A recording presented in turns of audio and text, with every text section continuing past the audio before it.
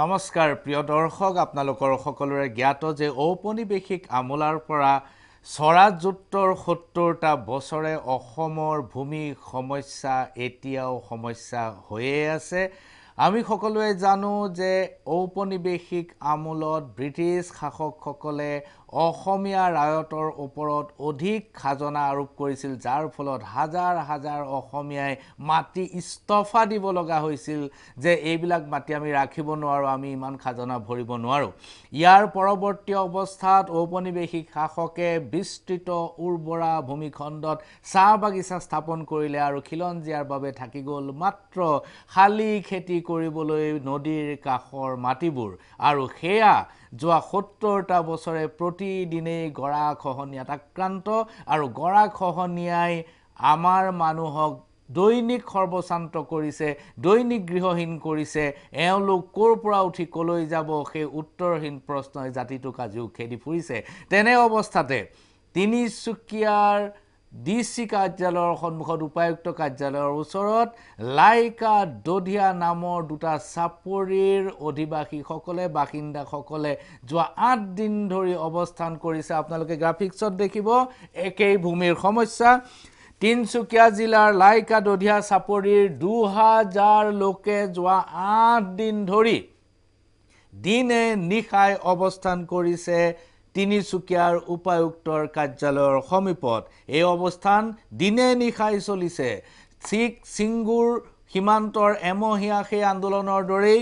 পুহমহীয়া জাৰত পলিথিনৰ তম্বুৰ তলত হাজাৰ হাজাৰ খিলঞ্জীয়াই অৱস্থান কৰিছে তেওঁলোকে বিচাৰিছে পুনৰ সংস্থাপন তেওঁলোকে লাইকা দধিয়াত থাকিব খোজা নাই দুটা চাপৰি ব্ৰহ্মপুত্ৰৰ মাজৰ তাত থকা অধিবাসীসকলে বিচাৰিছে পুনৰ সংস্থাপন লাইকা দধিয়া নামৰ এই দুটা চাপৰিত আছে ১৫০০ পৰিয়াল প্ৰায় ১০-১২ হাজাৰ লোক খুব কম সংখ্যক মানুহ নহয় এওঁলোকক পুনৰ সংস্থাপন দিয়াটো অত্যন্ত প্ৰত্যাহ্বানযুক্ত এটা ঘটনা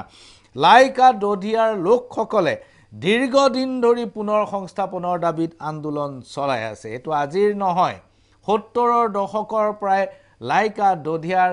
বাসিন্দাসকলে পুনৰ সংস্থাপনৰ দাবী তুলি আহিছে তেওঁলোকে কৈছে যে আমি লাইকা দধিয়াত থাকিব নোৱাৰো লাইকা দধিয়াৰ জীৱন আমাৰ বাবে অসহ্যকৰ হৈ উঠিছে এনে অৱস্থাত চৰকাৰে আমাক পুনৰ সংস্থাপন দিয়ক লাইকা দধিয়াৰ বাসিন্দাসকল মিচিং জনগোষ্ঠীৰ লোক অসমৰ ৰাজনীতিত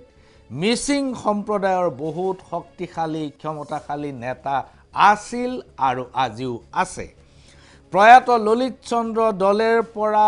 বিগত চৰকাৰৰ কংগ্ৰেছ চৰকাৰৰ ভৰত নৰহলৈকে বহু কেইজন মিচিং নেতা অসম চৰকাৰৰ ক্ষমতাশালী মন্ত্ৰী আছিল ক্ষমতাশালী ৰাজনীতিক আছিল কিন্তু কোনেও এই লাইকা দধিয়াবাসীৰ এই ৭০ বছৰীয়া পুৰণি সমস্যাটোৰ সমাধান উলিয়াব নোৱাৰিলে বৰ্তমানো নৱকুমাৰ দলে মিচিং সম্প্ৰদায়ৰ এগৰাকী শক্তিশালী মন্ত্ৰী তেওঁৰ উপৰিও ডক্টৰ ৰনোজ পেগু যি মিচিং সম্প্ৰদায়ৰ এগৰাকী শক্তিশালী কাৰ্যক্ষম নেতা ভৱন পেগু মিচিং সম্প্ৰদায়ৰ এগৰাকী বিধায়ক তেওঁলোকেও এতিয়ালৈকে এই বিষয়ত কোনো সমাধানৰ পথ উলিয়াব পৰা নাই ইয়াৰ উপৰিও মিচিংসকলক দিয়া হৈছে স্বায়ত্তশাসিত পৰিষদ এই পৰিষদেও আজিলৈকে কিন্তু লাইকা দধিয়াৰ সমস্যাটোৰ ক্ষেত্ৰত একো কৰিব পৰা নাই কোনেও মূৰ তুলি চোৱা নাই লাইকা দধিয়াবাসীৰ এই দুৰ্দশালৈ লাইকা দধিয়া অলপমান এটা ক্লিপিং চাই লওঁ কেৱল পৰিস্থিতিৰ বাবে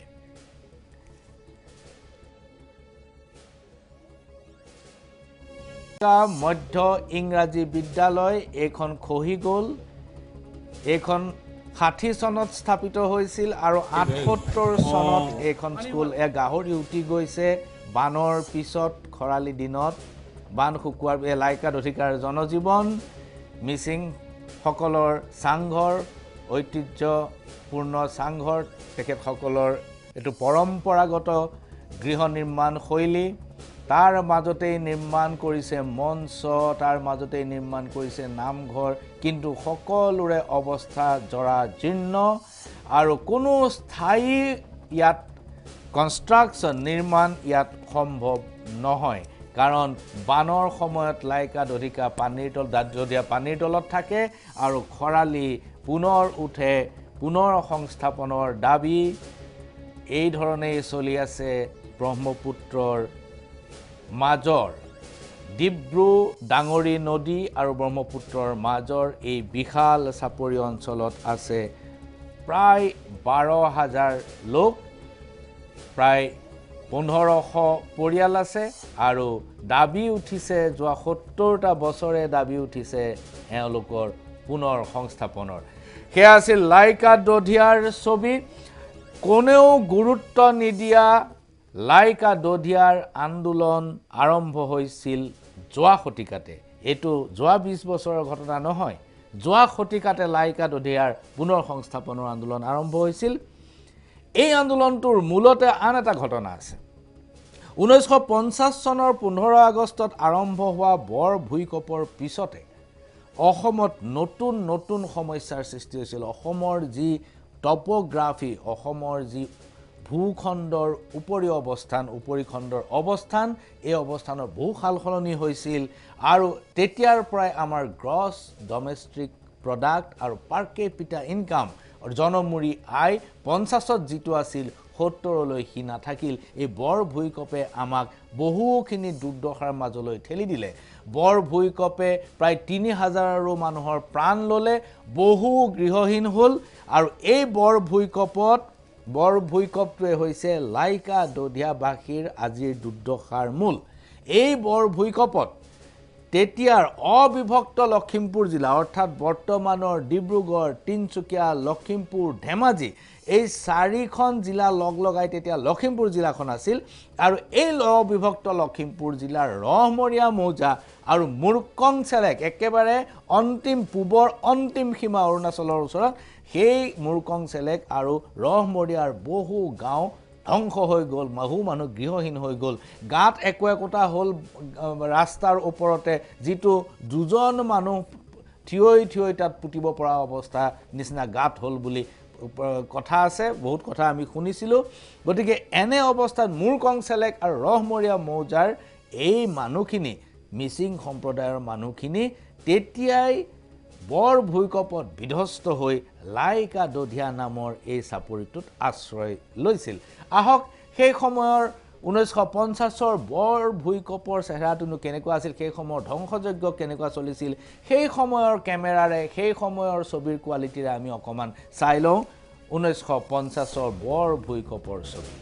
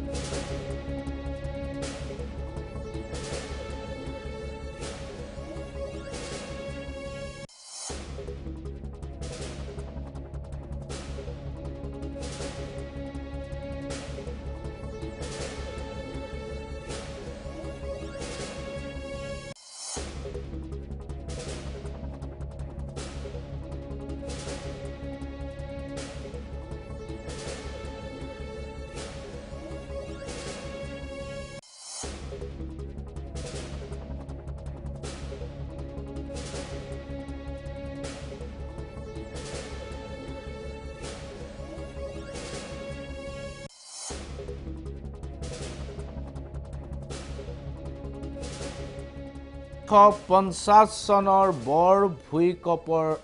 কেইখনমান স্থিৰ চিত্ৰৰ এক সংগ্ৰহ তাত সম্পূৰ্ণ প্ৰতিচ্ছবিখন ফুটি উঠিছে বুলি মই দাবী কৰিব নোৱাৰো এই বৰ ভূঁইকঁপে তিব্বত অৰুণাচল আৰু অসমৰ তেতিয়াৰ নেফা অসমক বৰ বেয়াকৈ ক্ষতিগ্ৰস্ত কৰিছিল আৰু সেই বৰ ভূঁইকঁপৰ সময়তে মুৰকং চেলেক অঞ্চলৰ পৰা মিচিং সম্প্ৰদায়ৰ কেইবা শ পৰিয়াল নামি আহিছিল লাইকা দধিয়া চাপৰিলৈ আপোনালোকে গ্ৰাফিক্সত দেখিব যে এই মুৰকং চেলেক অঞ্চলৰ মিচিং সম্প্ৰদায়ৰ লোকসকলে হল বৰ্তমানৰ লাইকা দধিয়াৰ বাসিন্দা এই লাইকা দধিয়া চাপৰি কেইটা হৈছে ডিব্ৰু চৈখোৱা বনাঞ্চলৰ ভিতৰত পৰে এতিয়া যিটো অঞ্চল আমি ডিব্ৰু চৈখোৱা বনাঞ্চল বুলি জানো এই ডিব্ৰু চৈখোৱা বনাঞ্চলৰ ভিতৰতে ব্ৰহ্মপুত্ৰ আৰু ডিব্ৰু ডাঙৰি নদীৰ মাজৰ দুটা বৃহৎ বৃহৎ চাপৰি 1950 ৰ পৰা 1990 চনলৈকে লাইকা দধিয়াৰ বাসিন্দাসকলে বন গয়াৰ মৰ্যাদা পাইছিল অৰ্থাৎ লাইকা দধিয়াৰ চাপৰি কেইটা বনাঞ্চলৰ ভিতৰত আছিল আৰু লাইকা দধিয়া লাইকা দধিয়াৰ গাঁওবিলাক বন গাঁও হিচাপে স্বীকৃত হৈছিল ভাৰতীয় আইনত ভাৰতীয় সংবিধানত বন গাঁও ভাৰতীয় যি ফৰেষ্ট নীতি আছে যি বন নীতি আছে এই বন নীতিত বন গাঁও এটা বিশেষ কেটেগৰী এটা বিশেষ স্তৰ যি স্তৰৰ মানুহে যি অঞ্চলৰ মানুহে বিশেষ ধৰণে তেওঁলোকক সুবিধা দিয়া হয় বনাঞ্চলত বসবাস কৰিবৰ বাবে কিন্তু 90 দশকলৈকে এইখিনি বনগাঁও সন্মান তেওঁলোকে যি মৰ্যাদা বনগাঁৱৰ বা বন গয়াৰ যি স্বীকৃতি এটো পাই আছিল কিন্তু 90 দশকত ডিব্ৰু চৈখোৱা বনাঞ্চলত সংৰক্ষিত বনাঞ্চল ঘোষণা কৰা হ'ল লগে লগে তাত পালি পহৰীয়া ভৰি পৰিল বন বিভাগৰ বন্দুকধাৰী তাত নামি গ'ল আৰু তেতিয়াৰ পৰা সংৰক্ষিত বনাঞ্চল হোৱাৰ পিছৰে পৰা লাইকা দধিয়াবাসীৰ দুৰ্দশা সীমাহীন হৈ পৰিল দীৰ্ঘদিন ধৰি তেওঁলোকে 70ৰ পৰাই পুনৰ সংস্থাপনৰ দাবী তুলি আহিছিল 1986 চনত লাইকা দধিয়াবাসীক জিলা প্ৰশাসনে এটা প্ৰতিশ্ৰুতি দিলে 1986 চনত তেতিয়া ডিব্ৰুগড়ৰ উপায়ুক্ত প্ৰফুল্ল চন্দ্ৰ মহন্তই তেখেতসকলক প্ৰতিশ্ৰুতি দিলে যে তেওঁলোকক স্থানান্তৰ কৰাৰ পূৰ্বে কোনো নতুন অঞ্চলত তেওঁলোকক বন্দোবস্তি দিয়াৰ পূৰ্বে লাইকা দধিয়াৰ লোকক উচ্ছেদ কৰা নহব কিন্তু এই উপায়ুক্তজনৰ প্ৰতিশ্ৰুতি পৰৱৰ্তী চৰকাৰসমূহে কিন্তু এটো সন্মান প্ৰদৰ্শন নকৰিলে আৰু দ্বিতীয়তে এই যে সংৰক্ষিত বনাঞ্চলৰ যিটো বাধ্যবাধকতা যিটো বিধিগত যিটো তাৰ কম্পালচন আছে যিটো দায়বদ্ধতা আছে সেইটোও আসলতে লাইকা দধিয়াবাসীৰ এই প্ৰতিশ্ৰুতি ইতিমধ্যে পোৱা প্ৰতিশ্ৰুতিবোৰ সফল হ'বলৈ নিদিলে কাৰণ সংৰক্ষিত বনাঞ্চলৰ ভিতৰত থকা মানুহে বহুখিনি নিয়ম নীতিৰ মাজেদি জীৱন নিৰ্বাহ কৰিব লগা হয় সংৰক্ষিত বনাঞ্চল ঘোষণাৰ লগে লগে লাইকা দধিয়াবাসী সকলো ধৰণৰ উন্নয়ন কাৰ্যক্ৰমণিকাৰ পৰা বঞ্চিত হ'ল আৰু বানপানী আহিলে স্কুল নামঘৰ আপোনালোকে দেখিলে স্কুলখনৰ অৱস্থা যে বানপানী আহিলে স্কুল নামঘৰ সকলো উটি যায় আৰু খৰালি যেতিয়া চাপৰিটো ওলাই আহে তেতিয়াই তেওঁলোকে পুনৰ সংস্থাপনৰ দাবী তোলে দশকৰ পিছত দশক লাইকা দধিয়াৰ এইখনেই ছবি 1950তে তেওঁলোক লাইকা দধিয়ালৈ আহিল আজি 2020 চনৰ অন্তিম মাহটোৰ কেইদিনমান যাবলৈ বাকি আছে তেতিয়ালৈকে কিন্তু তেওঁলোকৰ ভৰিৰ তলত নিজা বুলিবলৈ মাটি একথা নাই কেইবছৰমান পূৰ্বে ডিগবৈৰ সমীপৱৰ্তী কোনো অঞ্চলত তেওঁলোকক বন্দোবস্তি দিয়া তেওঁলোকক সংস্থাপন দিয়াৰ কাম চলিছিল কিন্তু নতুন কিছুমান সংঘাতৰ বাবে তেওঁলোক তাত থাকিব নোৱাৰিলে আৰু বহু মানুহ তাৰ পৰা গুছি পুনৰ লাইকা দধিয়ালৈ ঘূৰি আহিল আনহাতে বন বিভাগৰ লগতো লাইকা দধিয়াবাসীৰ সংঘাত সীমাহীন দৈনিক কিবা নহয় কিবা এটা সংঘাত চলিয়েই থাকে আৰু এই সংঘাতবিলাকত কেইবাজনো লোকে ইতিমধ্যে মৃত্যুবৰণ কৰিছে 2005 চনৰ 14 জুনত বনাঞ্চলত মাছ মাৰিবলৈ যাওঁতে বনকৰ্মীৰ গুলিত দেৱৰাজ পেগু নামৰ এজন যুৱকৰ মৃত্যু হৈছে 2011 চনত 14 ছেপ্টেম্বৰত মহ চৰাই থাকোতে নিজৰ মহগিটা চৰাই থাকোতে চাপৰিৰ ওপৰত টাৰজিত পায়েং নামৰ এজন যুৱক বনকৰ্মীৰ গুলিত নিহত হৈছে 1990 চনৰ 2 ডিচেম্বৰত যেতিয়া অপাৰেচন বজ্ৰং চলি আছিল উগ্ৰপন্থীৰ বিৰুদ্ধে সেই সময়ত পৰমাদৈ পায়েং বুলি এগৰাকী মহিলা সেনাৰ গুলিত মৃত্যু হৈছিল পৰমাদৈ পায়েং তেওঁ পুৱতি নিশা উৰালত চাউল খুন্দিবলৈ ঘৰৰ পৰা ওলাই আহিছিল তেনেকুৱাতে উগ্ৰপন্থীৰ সন্ধানত যোৱা সেনাই তেওঁকে উগ্ৰপন্থী বুলি ভাবি গুলিয়াই হত্যা কৰিলে এনে ধৰণৰ সংঘাত আৰু দুৰ্দশাৰ পৰা মুক্তি বিচাৰি লাইকা দধিয়াবাসীয়ে তিনচুকীয়াৰ উপায়ুক্তৰ কাৰ্যালয়ৰ সমীপত দিনে নিশাই প্লাষ্টিকৰ তম্বু তৰি এই পুহমহীয়া জাৰত 2000 মানুহে অৱস্থান কৰি আছে 2012 চনৰ 10 আগষ্টত ডিব্ৰুগড়ৰ তেতিয়াৰ উপায়ুক্ত অৰুণা ৰাজৰিয়াৰ প্ৰতিশ্ৰুতি দিছিল যে 90টা পৰিয়ালক সংস্থাপন কৰা হ'ব, কিন্তু সেই প্ৰতিশ্ৰুতিও আজিলৈকে পালন নহ'ল, যাৰ ফলত তেওঁলোকে আন্দোলনকেই অন্তিম আৰু একমাত্ৰ আশ্ৰয় হিচাপে গ্ৰহণ কৰা যেন অনুভৱ হৈছে। প্ৰিয় দৰ্শক, অসমত মাটিৰ অভাৱ আছে, মই স্বীকাৰ কৰোঁ। অসমত বানে ভাঙা বা গৰাখহনীয়াত ক্ষতিগ্ৰস্ত লোকক সংস্থাপন দিয়াৰ বাবে মাটিৰ অভাৱ নিশ্চয় আছে, এই কথা মই স্বীকাৰ কৰোঁ। কিন্তু বড়োলেণ্ডত য'ত আজি অনা বড়োৱে এটুকুৰা মাটি কিনিব নোৱাৰে, সেই বড়োলেণ্ডত ৰামদেৱক হাজাৰ হাজাৰ বিঘা বিনামূল্যে আবণ্টন দিয়া হৈছে। শোণিতপুৰ জিলাত ৰামদেৱক ব্যৱসায় কৰিবৰ কাৰণে অসম চৰকাৰে হাজাৰ হাজাৰ বিঘা মাটি আবণ্টন দিছে, কিন্তু এই মিচিং কেইঘৰৰ কাৰণে, এই খিলঞ্জীয়া মানুহকেইঘৰৰ আজি 70 বছৰে ভৰিৰ তলত নিজৰ বুলিবলৈ মাটিয়ে কথা নাই, তেওঁলোকৰ কথা কিন্তু বিগত 70 বছৰৰ কোনো এখন চৰকাৰে বিবেচনা নকৰিলে। বিধানসভা চলি আছে, নাজানো এই বিষয়ত কিবা আলোচনা হ'বনে নহয়, কিন্তু এই কথা মই নিশ্চিত যে লাইকা দধিয়াৰ যিটো বিষয়, সেইটো সভাস্থগিত প্ৰস্তাৱৰ সকলো চৰ্ত পূৰণ কৰে আৰু বিধানসভাত উত্থাপনৰ উপযুক্ত বিষয় বুলি মই একেবাৰে নিশ্চিত। সাৰাংশ ইমানতে সামৰিছোঁ। নমস্কাৰ।